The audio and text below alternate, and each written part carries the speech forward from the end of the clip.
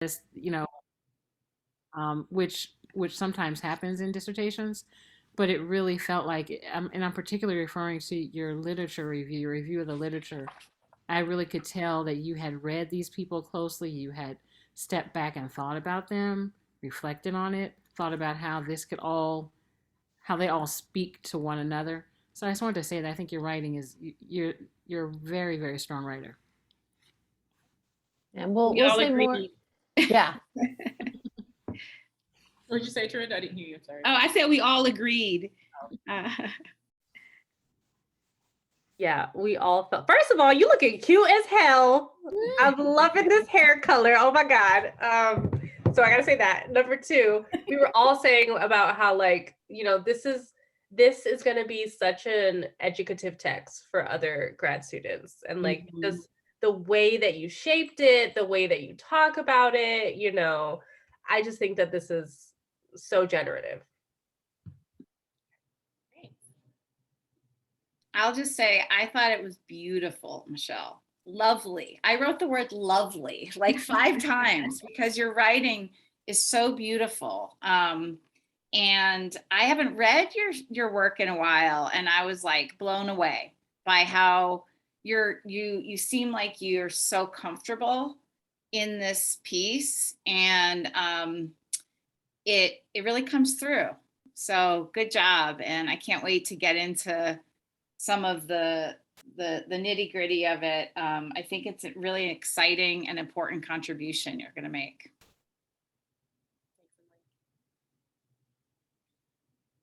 Do you want to give your presentation, Michelle?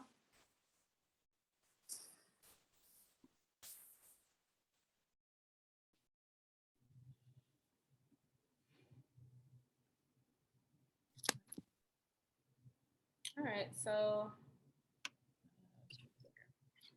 right, so the study that I'm proposing is based on reauthoring narratives in STEM.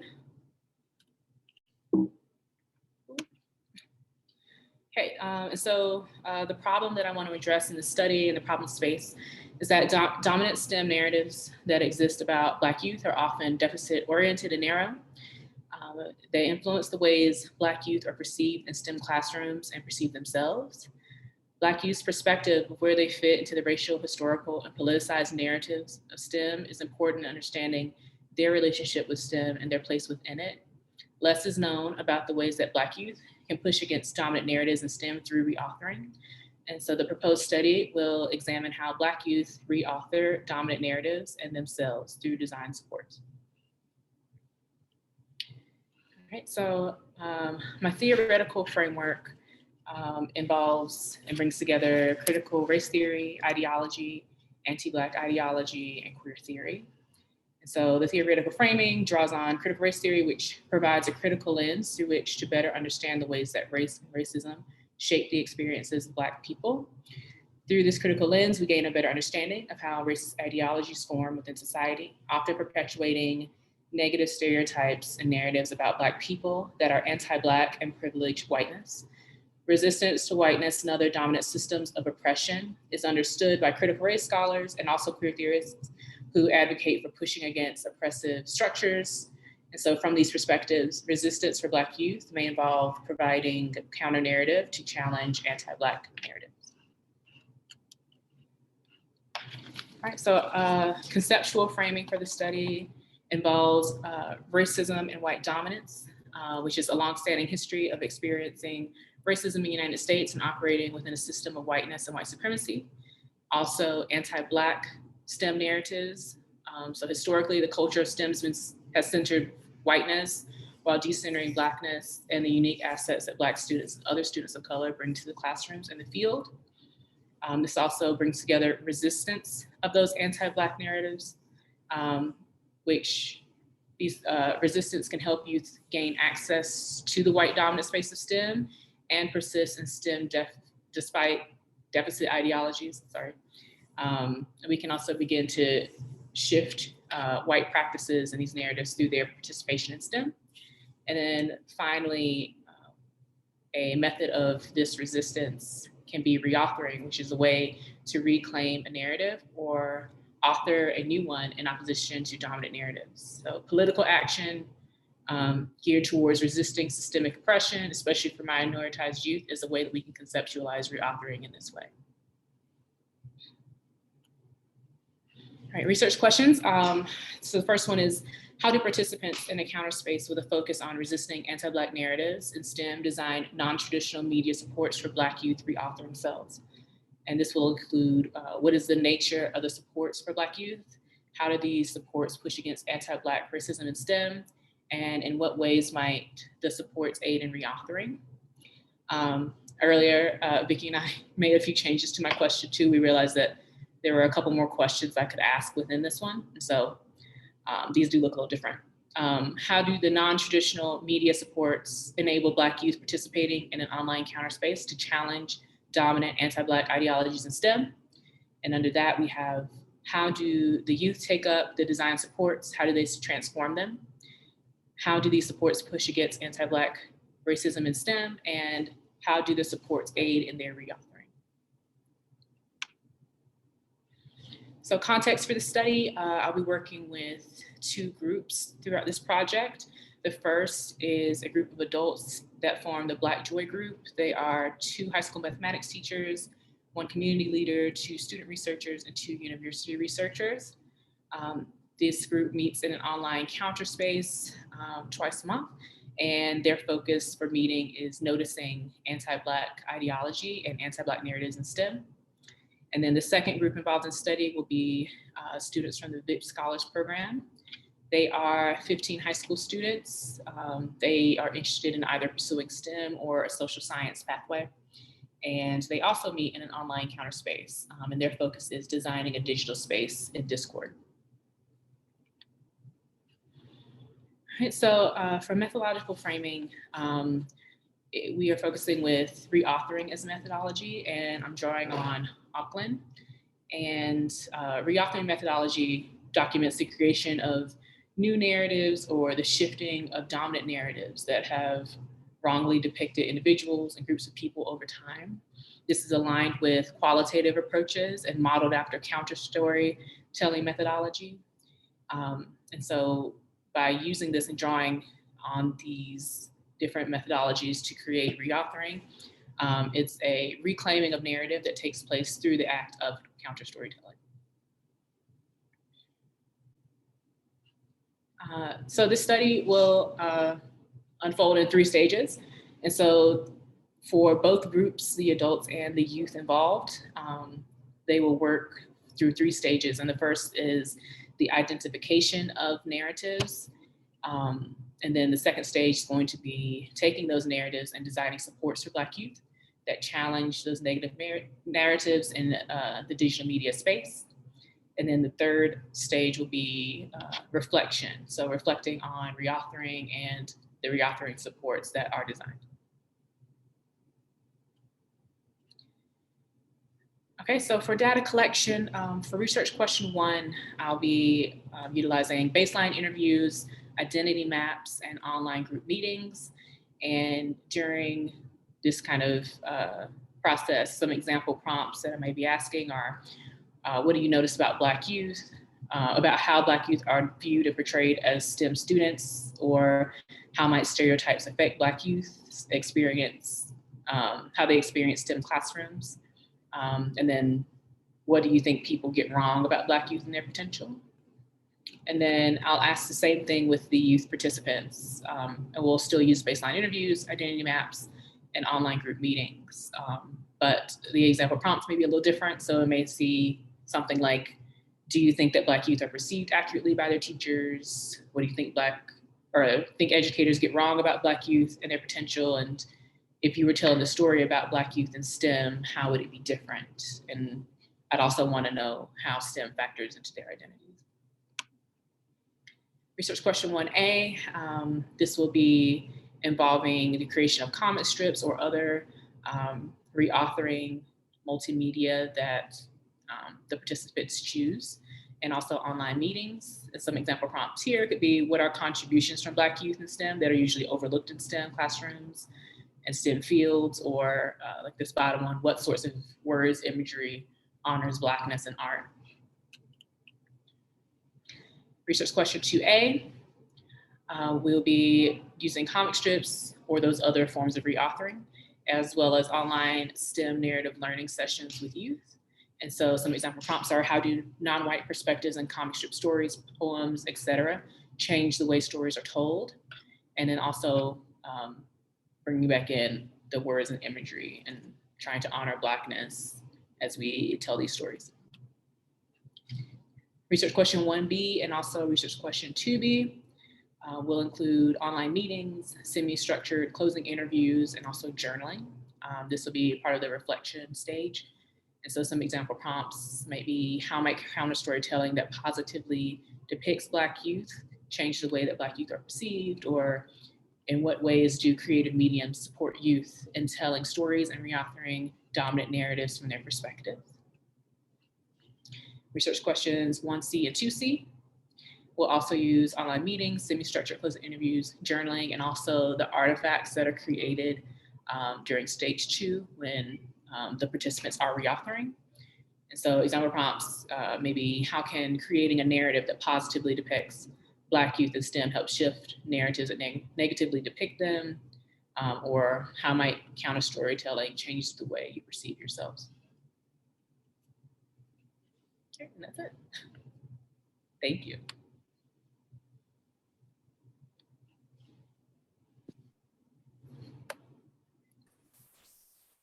Thanks, Michelle. So what we're going to do now is just open it up for questions, and we'll just kind of take turns on the questions. And I told Michelle that, you know, she should take her time in answering questions. Someone want to start?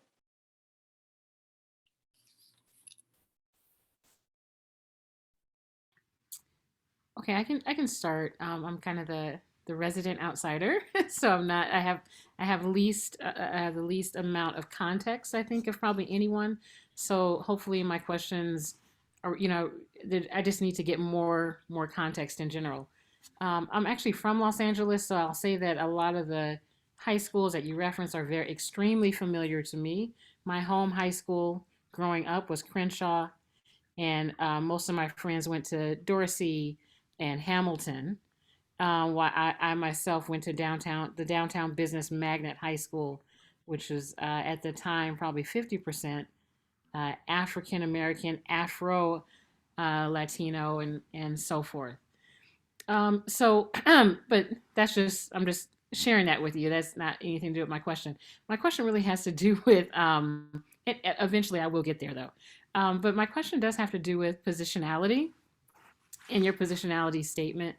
I really wanted to hear more about, I really wanted a much more deep, much more developed discussion of where you fit into this story, and in particular, right, how these really, like, where you're walking in.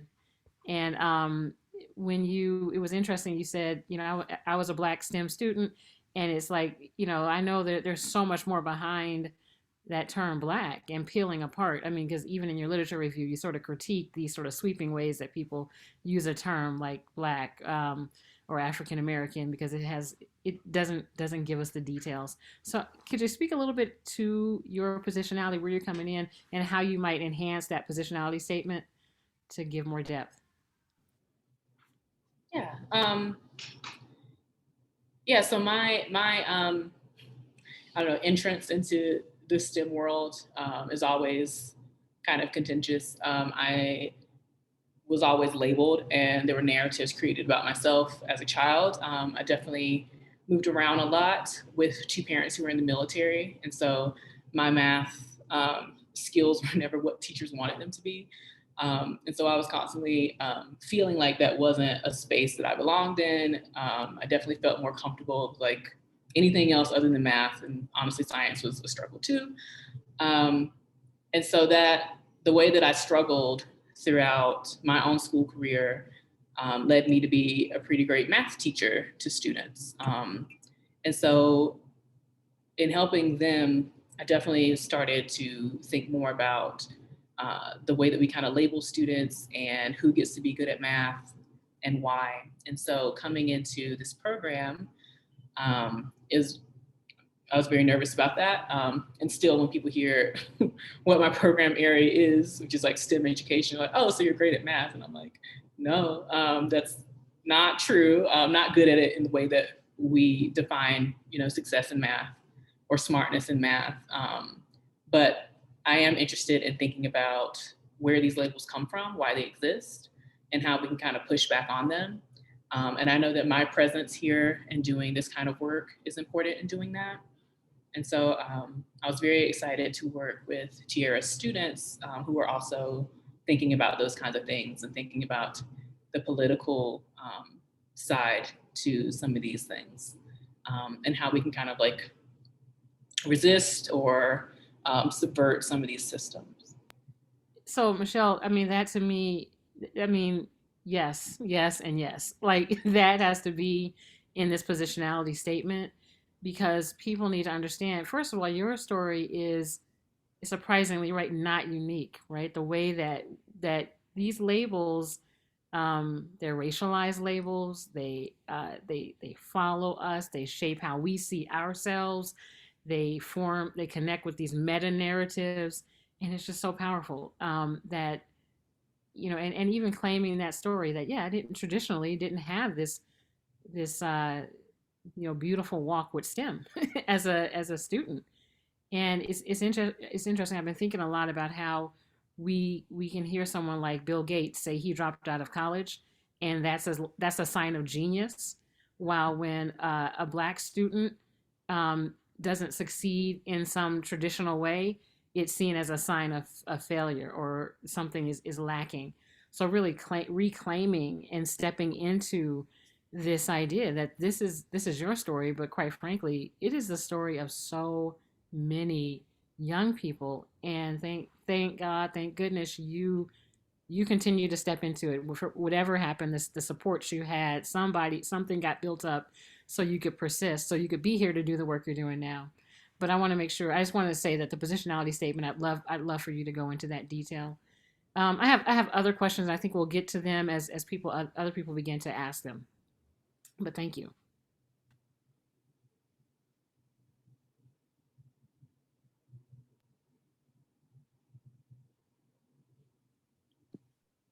I just want to reiterate everything about the positionality statement. I just knew that there was more there, and that was a beautiful framing. And it also sets the reader up to really trust you as the researcher, right? Because it's like you're in very different spaces in terms of working with designing, and I would know really your background with education or being a teacher in these spaces, as well as the student perspectives as well. So I just think that it sets up for us to understand how you're able to navigate these two cases, and I don't know if we should be calling them cases, but these two groups really well with different activities, different but similar activities, which is my question. I think I want to start with the research questions to sort of maybe, can you talk or maybe help me understand, do you see them as sort of two bounded groups to sort of explore the issue or to sort of understand reauthoring as methodology and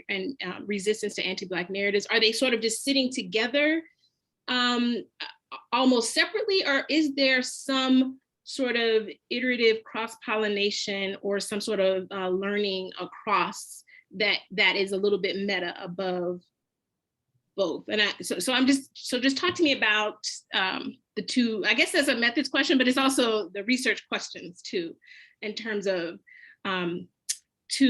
one and two. Okay. So let me make sure I understand your question. You're asking how does research question 1 relate to research question 2? Yes. How do they relate? Yeah, let's just start there. Okay. Yeah, so research question 1 is really looking at reauthoring of the self and the narratives and also the resistance piece of that. And so the supports that we end up creating are aimed at doing those things, helping them reauthor, helping them think more deeply about those narratives and how they can challenge them. And those are the adults? Or Those, how the adults are understanding how they're helping youth? yes. And then question 2 is more so aimed at the youth. And so this is them, me researching how them participating in that online counter space together, to challenge those dominant anti-Black ideologies. How are they taking those, how are they taking that space up? And then like question 2A, how are they going to take up those design supports that I kind of test out with the adults before implementing. Okay. And then, Okay. how they're going to kind of elevate that or transform that for their own context. So the first group is serving as sort of a incubator of the designs that you then work with the students, or that you test out with the students. And yeah. So I think that the particularly the 2 high school teachers, their input and their perspective before taking it to the students is really important to me. And so that's where this first group kind of comes in, is to like help think through what the students will do, what they will gain from this before taking it to them. And can you cut and paste the newer question 2 sub questions in the chat, just so I can make sure?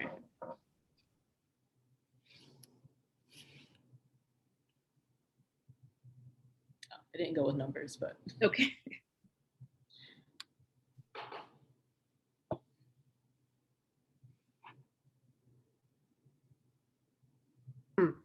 So I have a follow-up clarifying question based on what you just said to Tarenda. So the teachers, are you creating the support and then peer checking it with the teachers and then bringing it to the students?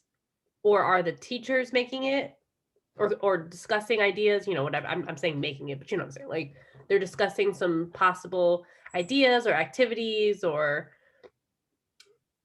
things, and then you're bringing that to the students and the students are trying it out.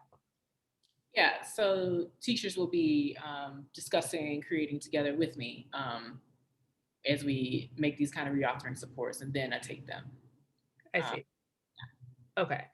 So then I'm wondering how you are going to operationalize CRT and reauthoring to kind of explain that, because it's, I mean, what it seems like those 2 ideas would be that Black youth themselves need to be the ones creating, right? Like CRT centers the voices and the knowledge of students of color, and that it sounds like I'm learning a lot about reauthoring here, and it sounds very close to you link it so beautifully to counter storytelling that I'm assuming it's counter storytelling.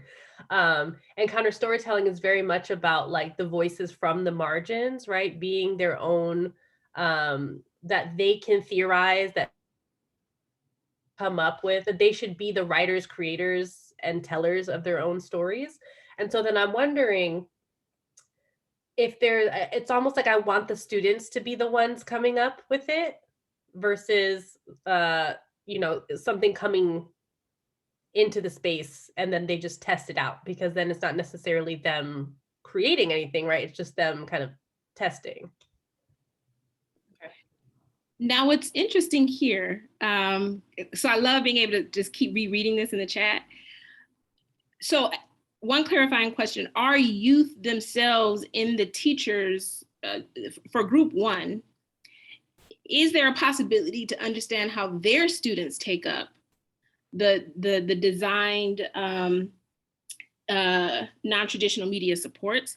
And so in one way, one group could be a way that sort of you have insight on how teachers or how adults sort of design. It's like a design question that sort of allows Black joy to flourish, and particularly through these non-traditional supports. But the second group could be a real opportunity, to Tiara's point, to do the reverse, to sort of understand how youth themselves would sort of cultivate and design or reauthor using a range of non-traditional supports. But they could actually be the flip of one another, instead of taking one into the space of another, because I think that starts to feel less of the sort of student-led, organic sort of bottom-up approach of that.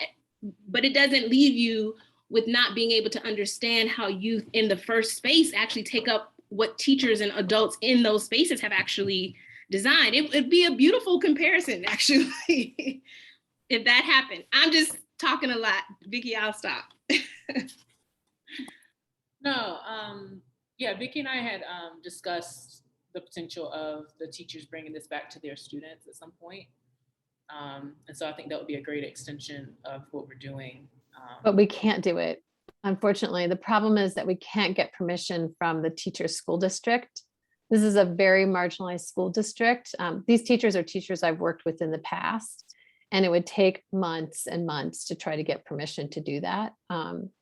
So they're not even representing their school district, to be honest with you. We didn't even ask the school district if they could participate. They're just participating as people that I know and as Black teachers, but not part of the schools. But that would make it much more complicated. Mm-hmm. So that makes me think of the next option, perhaps. There's a community organizer in that space, right? Or a community leader in that space. Are there community spaces where they work with Black youth who might possibly take up these kinds of things? Or is there some other non-school space that, you know, that where youth actually are being able to access perhaps these kinds of Black joy flourishing spaces?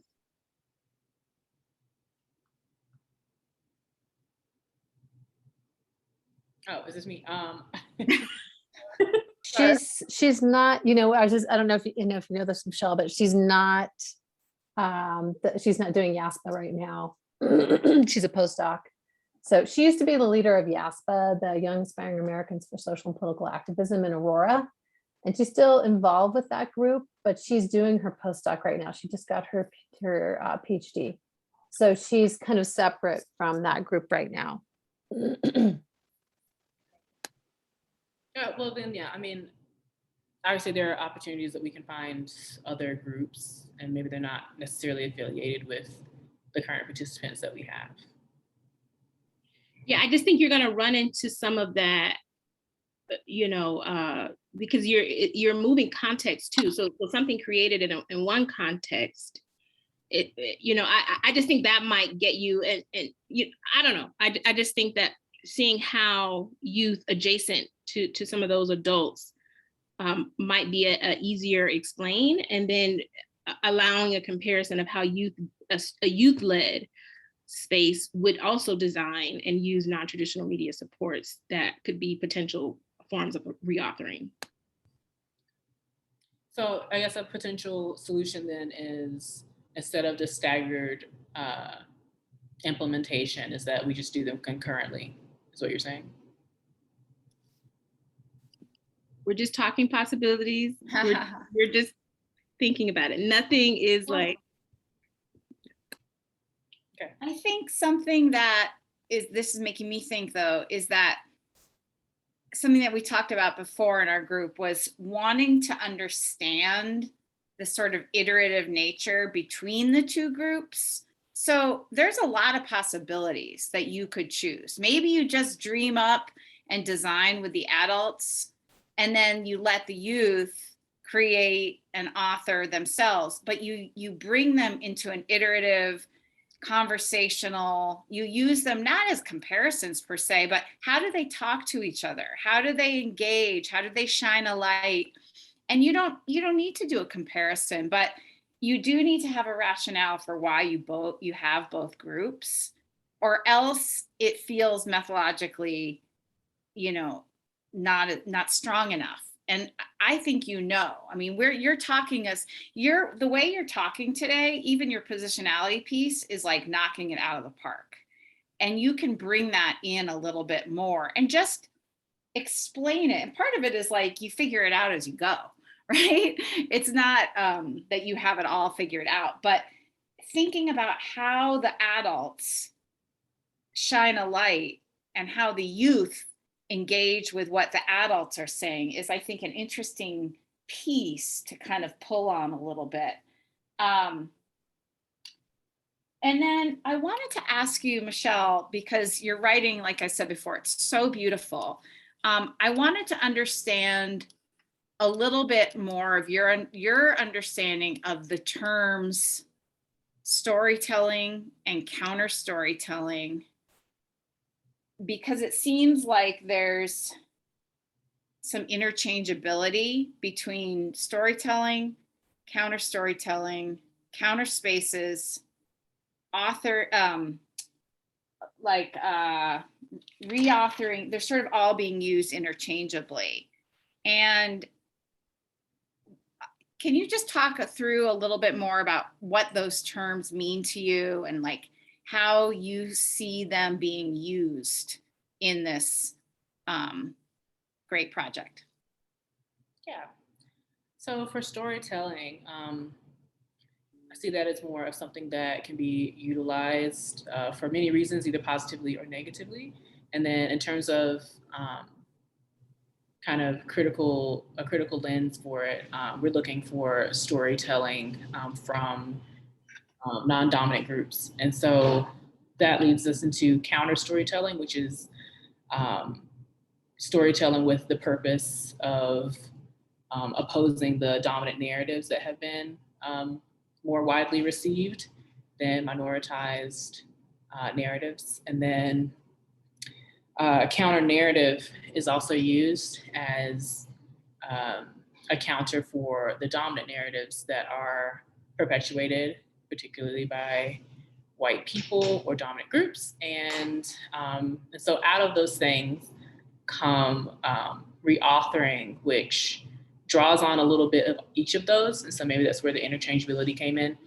And I should have been a little more specific. So the reauthoring piece is taking the art of storytelling from minoritized perspectives, and also offering a counter story and a counter perspective to the dominant narratives that we have. But this is for the goal of shifting the narratives that already exist. And so it does have pieces of those different narrative methodologies, I guess. But I think reauthoring is something that's a little more intentional or political in trying to shift the narrative rather than just providing I don't know, instead of like two lanes of narratives, where it's like, this is the dominant one and then these are counter narratives. I think reauthoring is trying to be in the lane of the dominant one to kind of shift it or add something more to it so that there's more than one voice being highlighted. That was so helpful. Great answer. Thank you so much. You really touched on all those different terms and frames and methodologies. Thank you.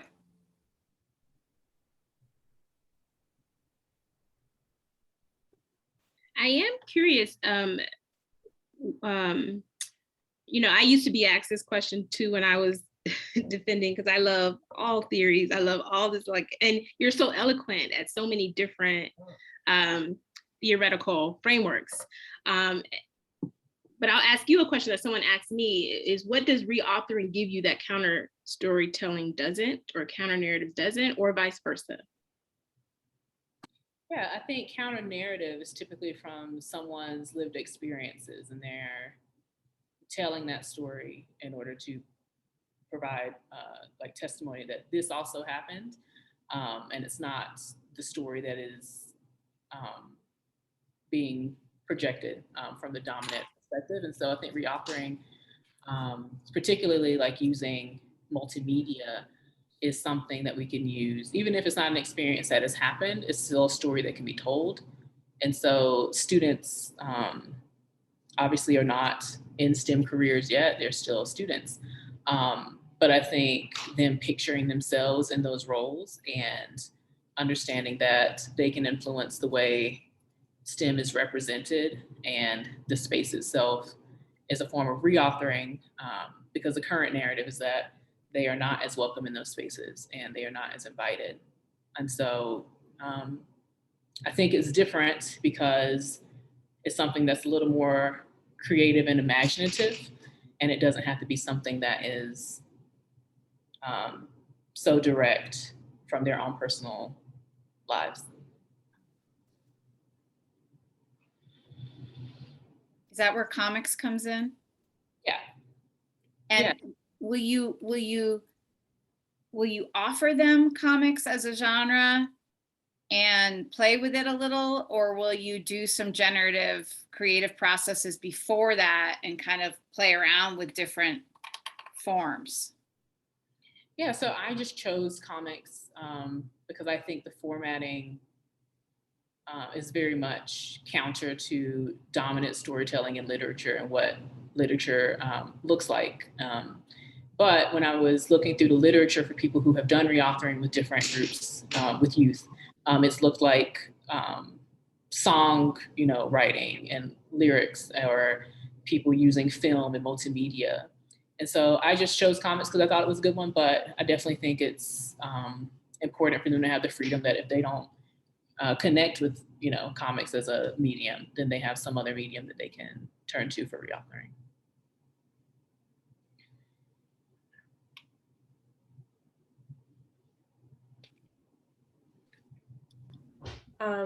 So I have a question about the theoretical frameworks, and I'm wondering, it's kind of similar to what Tarenda was asking about, like the ways you're seeing the nuance between like counter storytelling and reauthoring. So like, how she said, what does counter storytelling offer you that counter storytelling, yeah, and vice versa.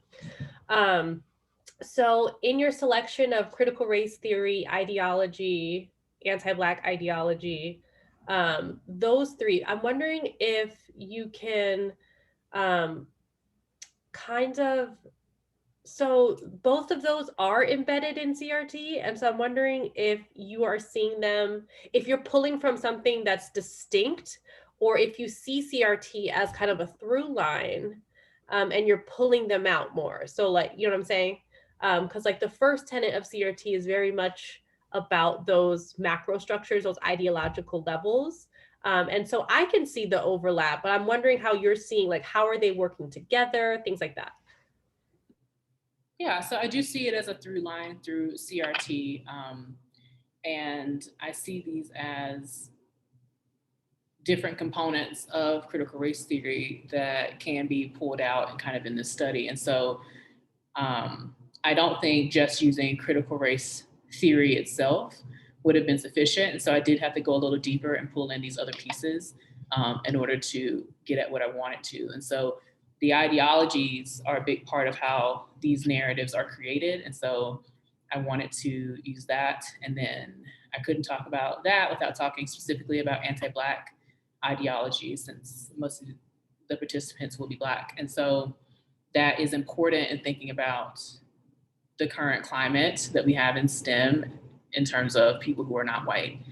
And then for queer theory, which also sits under that umbrella, I thought that was important in thinking about the narrative and how we can shift the narrative and how it can be told from a different perspective, which is the perspective of the youth. And queer theory often advocates for using creative mediums in order to tell those narratives. And so I thought that they fit nicely together for telling the story.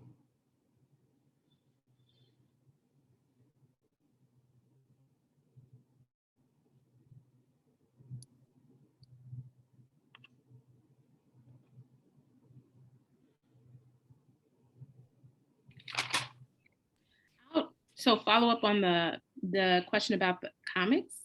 And we are recording. You did say if the youth choose not to do comics, what is the plan, Michelle? How does your current design anticipate or welcome even those kinds of possibilities? Yeah, so I think once we get to towards the end of stage one, where we're kind of just learning about those narratives and offering perspectives there, that we can definitely prepare youth and adult participants for the fact that we are going to be reauthoring. And so to think about something that resonates with you as a way to do that. I chose comics because I know most, they're pretty they're pretty popular right now with youth. I'm not so sure about the adult participants. And so in the meetings that we've already had, the preliminary ones with the adults, we've had some multisensory participation in things. And we've also had some creative pursuits in how we are thinking about nuance and how we notice. And so people have brought poetry, they've made like collages and things, people have drawn, people have read creative writing that they've written and things like that. And so I think all of those can be options if the comics is not something that they're into. By comics, do you mean like single strip comics that end quickly, or do you mean like graphic novels? I was thinking more of a graphic novel. The program that I found is like Pixton, and it kind of allows you to like easily make comics online, and it does flip like a whole book more so than just a strip.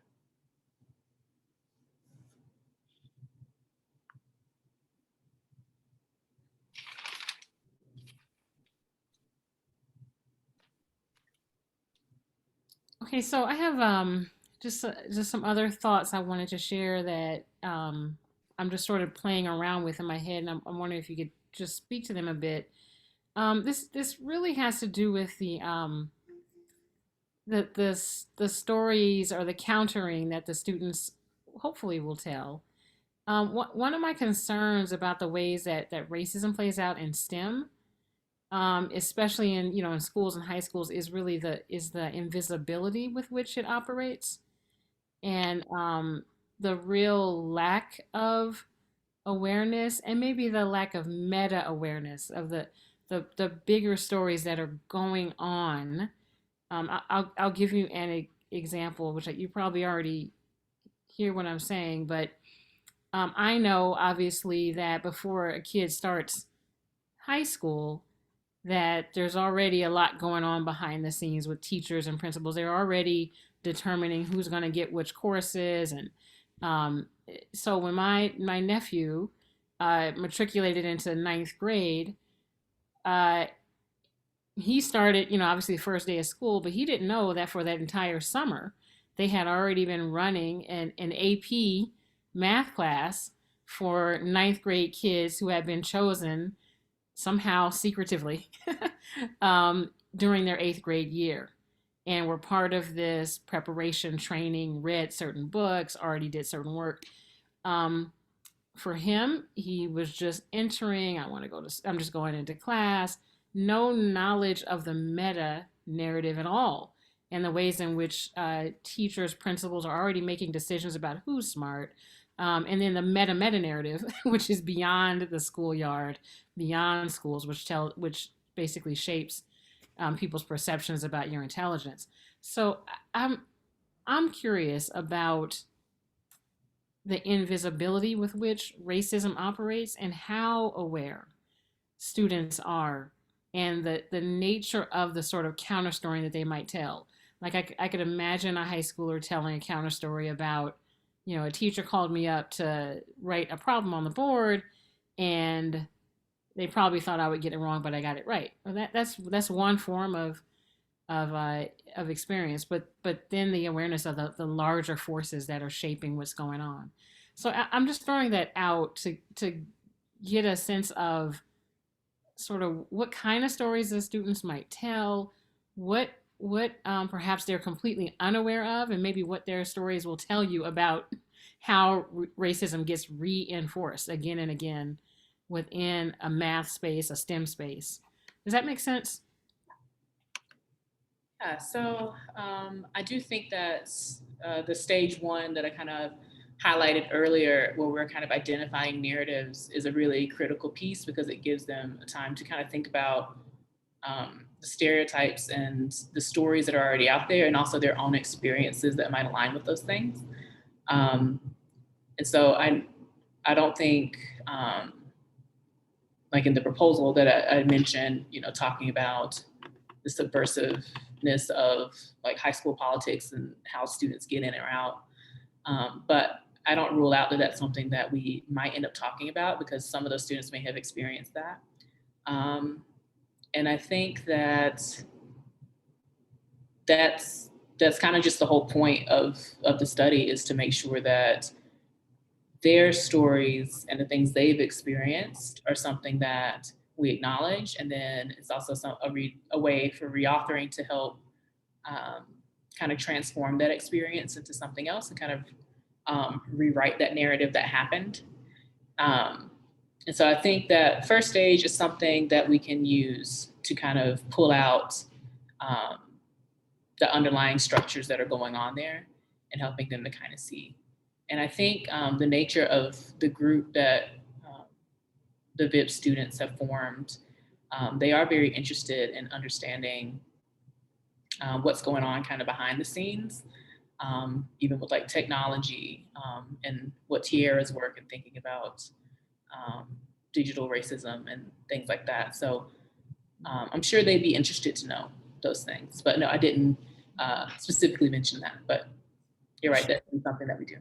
Sure, and I'm only mentioning it because I really feel like the power of it is its invisibility. Like that is the way in which we can have decades and decades of, well, centuries and centuries of this marginalization, and even being able to call out those invisible ways that folks get sidelined. And I don't know how, I think the teachers, I think it'd be a really, really great, I'm sure y'all are already doing it, but to me, that's super important for the teachers, because I feel like sometimes teachers get stuck in that same space. They're so micro focused that they miss much, much larger narratives that are shaping even the moves that they're making. They're making them within a particular chessboard. They don't realize, like, you don't even see the whole chessboard. You're not even on first base, so to speak. But anyway, I'm just throwing that out there just to, and I do think that young people, they don't necessarily have they don't have the experience yet to see it. So it's sort of incumbent upon us to sort of call out the invisibility and the things that, where power is lying and where invisibility is lying. Yeah, I think in the paper, I do mention Du Bois and like thinking about a double consciousness. And so developing that can definitely be a more central part in the study, rather than just something that I'm aware of. We can bring it to focus for them as well. Yeah. And I want to hop in and emphasize what you were saying, Michelle, that the VIPS program, I know that we didn't really go in depth about the VIPS program, so I can just give an overview. It's a critical race program. So the kids get access for 4 years. And this is before Michelle gets them. She's working with cohorts who have already completed this process. And the entire thing is about talking about structures of oppression, right? Peeling back the veil of hegemony. So these students become super critically conscious by the end of this 4-year mark. And that's really where Michelle is coming in and then talking with them about where do you see racism, in STEM. And they're, in particular, she's following up on the 5-week course, which is their senior kind of experience. That is 5 weeks in-depth residential experience on UCLA's campus, and like literally every day, all day, it's how do you identify the structure of racism, right? Like it's the training is just like to be CRT like scholars. So for this particular group, I'm not necessarily worried that they would be able to very succinctly identify in their schools, because many of them, they're also required to do some type of activism in their school to address systemic racism. And so many of them, create Black Lives Matter clubs or Black in STEM clubs like in their schools. So I think, but like you're saying, this type of, graduate level critical consciousness and being able to talk about Freire and, is not typical, I think, for high school students. But I think that's why she's choosing VIPS, to see, if we already have this robust understanding and language around structural oppression and anti-Black racism in education, what do they then talk about in STEM? Because we don't really talk about STEM. So I think that's the gap that she's getting at. Yeah, and I'll also say for the Black Joy group that it's the same kind of situation. The teachers that she's working with, I've been working with them for 5 years around racism in mathematics education, and it's through the project that like Mary Foote and Tanya and all those folks around Two Joy. So like all these mathematics education researchers have been working with them for a long time. So they know the language, and they have had Maisie Golson come talk to them. They've had like Kari Coca come talk to them. So they're very aware of these things. So I think it's a different kind of group. And yet I still think there are things we'll be uncovering. Sure, and I guess part of that, so that's fantastic, and I'm glad to hear that. I don't feel like that came through. I didn't get that, so that's not clear. But also as I'm thinking about this and the implications of this study, is that really honing in on the fact that this is particular kind of work with folks who have a hyper awareness of it. While again, most young people in schools and most teachers, they are they are toiling in a space where there is a lack of language, a lack of understanding, a lack of context around why all of this, swirling oppression is happening, and folks call out again that's how the meta narratives keep going because there's a lack of awareness. So anyway, I think more context, giving us more of the meat of what's happening, and then obviously after you conduct your study, you're talking about implications, honing in on what are the implications if most schools are not going to have this sort of hyper understanding, a good hyper, not a bad hyper. Yeah, I agree. Thinking about where the study goes beyond these two groups is important. So I can definitely think more about that in the design of the study, and just thinking about how this might relate to other groups as well. I think Tiara gave a lead on one of the implications, right? To sort of what does criticality or critical or anti-racist, these are students who have that. What does that look like in the STEM space in terms of counter narratives or reauthoring? Like I think that might be one in terms of marrying that to that particular field, and to know and to see and to understand how this could possibly look for that particular space. That's just one. Yeah, I'm wondering, Dorinda, on that point, could one of your research questions be about that? Like, what does criticality look like in this STEM space with the kids? I mean, that to me, like, I guess that's kind of what you're asking. What do they produce? What ideas? What kind of counter framings do they come up with? But just that basic question, like, Yeah. what does? Yeah. And what does it look like when it's youth led and or led by teachers of color or Black teachers? Like, I think that is really cool. Yeah. Yeah, I like that. And I think that addresses a very, very present gap, and like people in like I'm in like the tech field. So like in the tech field right now, especially when you talk about like STEM plus CS education, like folks who are educators and who do research on like they're trying to bring critical race theory in, it's slowly growing, but there's only still really a handful of folks who are like, they do CRT in STEM. And I think this is addressing such an important gap because it's about it's showcasing what happens when students already are like fluent in critical race theory. They have this critical consciousness, and then they get to bring it into STEM, And so it's like, Yeah, I mean, this is, I just feel like I've told you this before. I feel like this is a huge gap that you're addressing, you know. It makes me think about, just like, given everything that's going on, why is criticality and CRT actually important for kids? So, because there's so many school districts like St. Brain, right? And DPS, I think, who are like, oh no, we don't teach CRT. It's like, why not? Like, what's the problem with teaching CRT? And that's speaking back to that too, Michelle. I hadn't even really thought about that, but Yeah, and we're less interested in them teaching it and more interested in them enacting it. So it's like, well, don't teach it, but let there be some counter narratives. Let there be the centralization of marginalized voices. Is my take on the whole CRT piece. And that could connect back with Joy's nephew. Like, your nephew might not know those meta narratives about why he didn't know about the STEM summer camp. But if an implication could be about that larger student body, how can we then usher in some of those students, the mainstream students, into this kind of critical lens and into this kind of invitation to think about how CRT does get operationalized in their lives.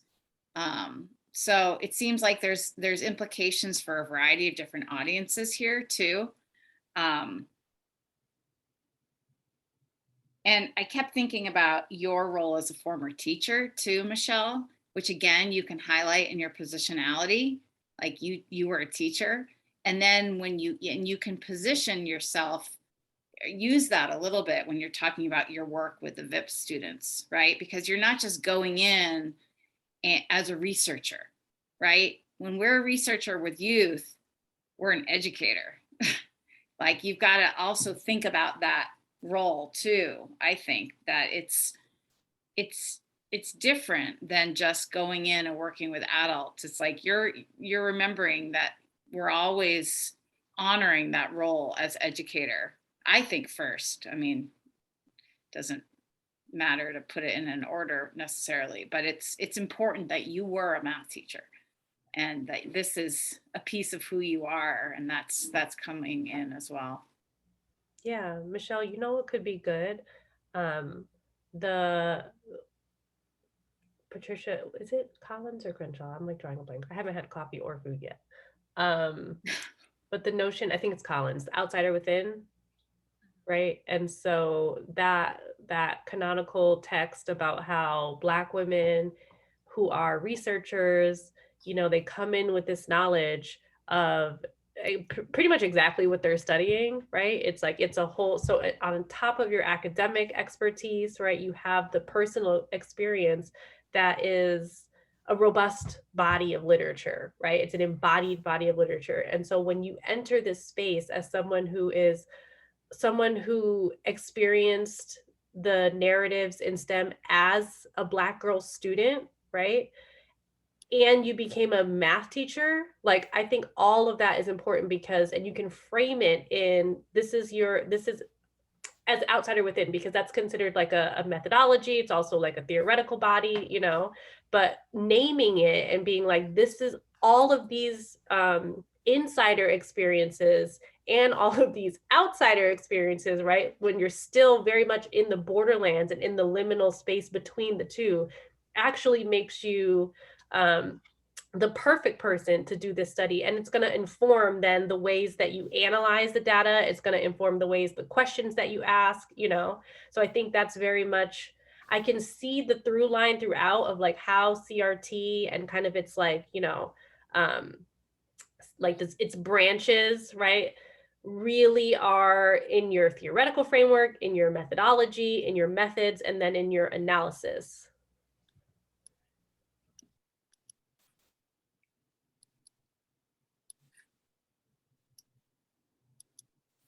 I think we have time for maybe one or two more questions, if there's any more. I just had technical, a minor thing. Is there another way to describe that first group other than just like adult participants? I just are they like youth? What would you call it? Because I know they're a mix, but it's like youth workers, educators, or adult participants. But it just sort of robs them of I think their kind of professional standing. So I know they're a mix. I was just like, what is an umbrella term for them?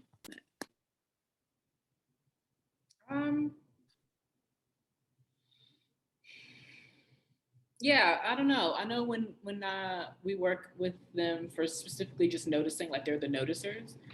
We all are, because what we're doing. I mean, I guess in this case, they could be the reauthors or the designers, things like that. Elements that are happening in the study are things we could assign to them, maybe. But they also have a lot of experience thinking critically about youth experiences and education, inside and outside of education. Everybody does. So that's something to think about. If you're thinking about, like, that's kind of what I hear you saying, Trinda, is like, what's a descriptor of these adults? How are they coming together? What is their like expertise in some ways or experiences? Perhaps are they, I mean, it sounds like it's almost like you know how we talk about when you're doing work in CRT, you know, it's really important to have like this group, this like committee almost of like scholarly experts, and like so that they can always kind of like, they're a sounding board, it's communal knowledge construction, right? And so again, like another Black feminist concept. And so it sounds like this is a group of like experts. These are your scholarly experts who have various experiences, right? Like, you know, you have teachers, you have community partners. And so maybe, you know, describing them as that, and you can again link that to your theoretical body, that like, that's a rationale for including them as well. It could be. Yeah, okay. I like that. I think we had one more question earlier that we didn't mention to Michelle about data collection. I want to make sure we say something about that because there was a lot of data, and I think you all were wondering if she needed to collect as much data. Yes. So one question I had is about the identity maps. So what was your plan with that? Or really like, how does that offer you something different from the interviews? Or is that something you could capture in interviews? Or in the document analysis of their like comic creation or their media creation? Yeah, I think it's important because it offers a baseline of how they're viewing it, and it also gives us a visual representation of what of how they identify with themselves. And I also wanted to give an opportunity for people who may not be as like, I don't know, comfortable or well-versed in expressing themselves verbally that way, is to give them something physical to do. And I think it also marries well with what they'll ultimately end up doing is doing something that is a little more creative and thought-provoking in that way. And so I just thought it would add another layer to understanding how they're identifying.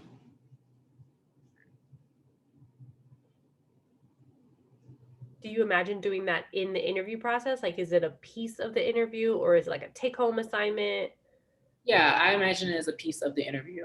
Okay. Like the last question or something. Ah, okay. That's helpful. We've done this before with the noticing interview, that they created their sociocultural selves and and then we would too, the interviewer, we would both bring our artifacts of sociocultural selves to the interview, and then we would have a conversation about it.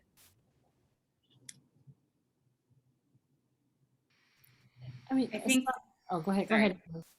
I was just going to say that it's a really robust data collection plan and super ambitious, which makes me excited.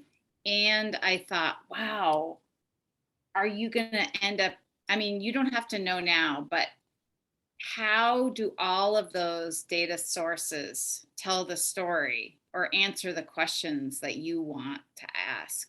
Because you have a lot here. And as you identified, your analytic memos and your field notes will probably be really critical for you because you're engaging in all those groups and you're doing that analysis on the ground. I was less sure about the identity maps, although you just had a good response, and some of the other artifacts, and then the analysis of video and the use of journals and interviews. It just seemed like a lot. So I don't know if you could talk through those choices. Yeah, I think just in terms of this being qualitative, I try to make sure I hit all the marks for that. And so I didn't want to get to the end and be like, like I wish I had done a baseline interview instead of just a random interview at the end. And then with the group meetings, yeah, the videos, I will be recording the ones with the Black Joy group, the adult participants. The ones with youth, we typically don't record. And so I think that could be something that I take out for the adult participants so it is more equal. But yeah, I do feel like it's a lot. So there could be some things like that that maybe aren't as necessary for me to collect. Yeah, and to go back and really look at your research questions and make sure that each methodological tool is matched on to help you. So it's not, doing too much work. And you might end up using a bunch of different methodological tools and then only analyzing, a portion of the data set, which is really normal. But as I was reading it, I was like, it's a lot. And I think for, at least for the Black Joy group, that's a part of a bigger research study. And so we're collecting the data anyway, like we'll just be doing, yeah. Well, that's helpful. So yeah, it's a piece of it's Michelle's piece of this broader study. Got it. Thank you. Yeah, so we can keep collecting it and I just don't have to maybe utilize that piece of it for this study. Yeah. All right, I think that is the last question. I know because we have to be right on time here. So Michelle, will you step out again and I will text you when you're ready to come back in? Yeah. Michelle, just one thing is that I have to get in the car in 10 minutes to a doctor's appointment. And so we're going to talk. And when you come back, I'm going to be on the phone. Okay. I'll still be here, but I just want you to know that you're not going to see me on the screen. And good job. Thank you. I'll be back. Thanks, Michelle.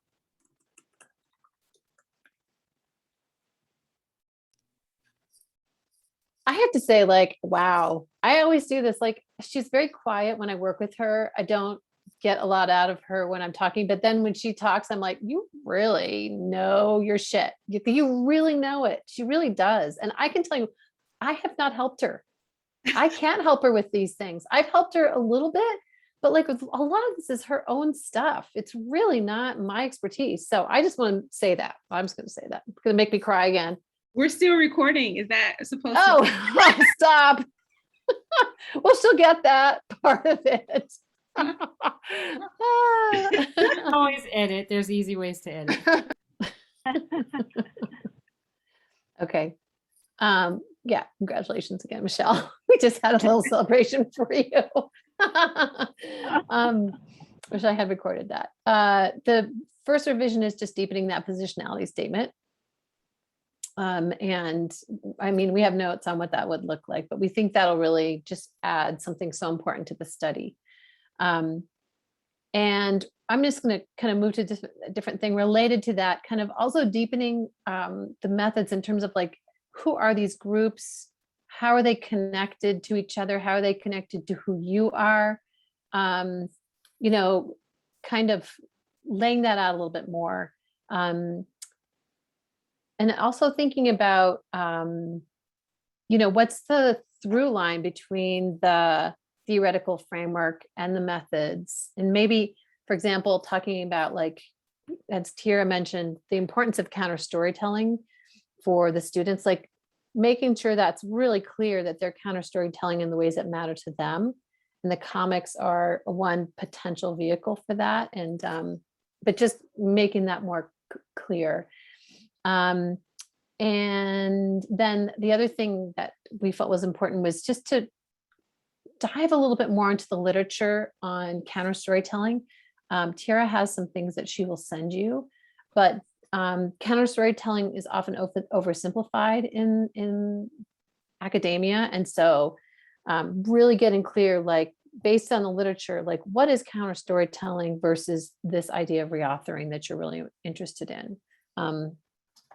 So kind of grounding that in current, scholarly work in the field is going to be important here.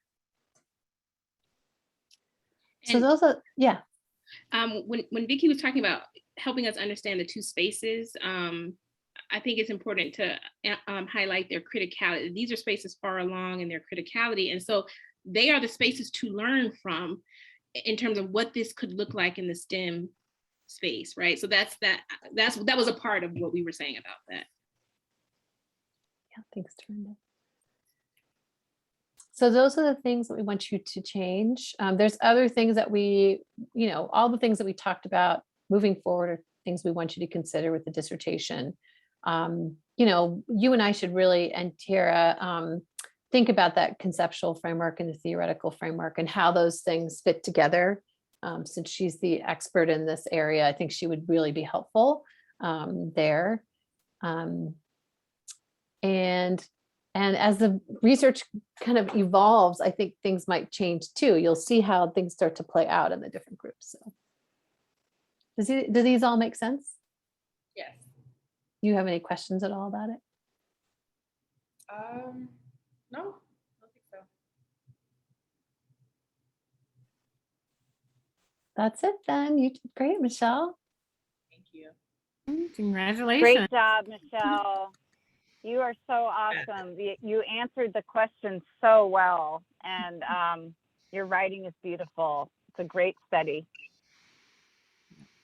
I learned a lot on this Friday afternoon, people. This was awesome. So I'm so excited to have this as a part of VIPS. And so we should obviously make some time so we can get this, up and going, because they're gonna wanna jump into this.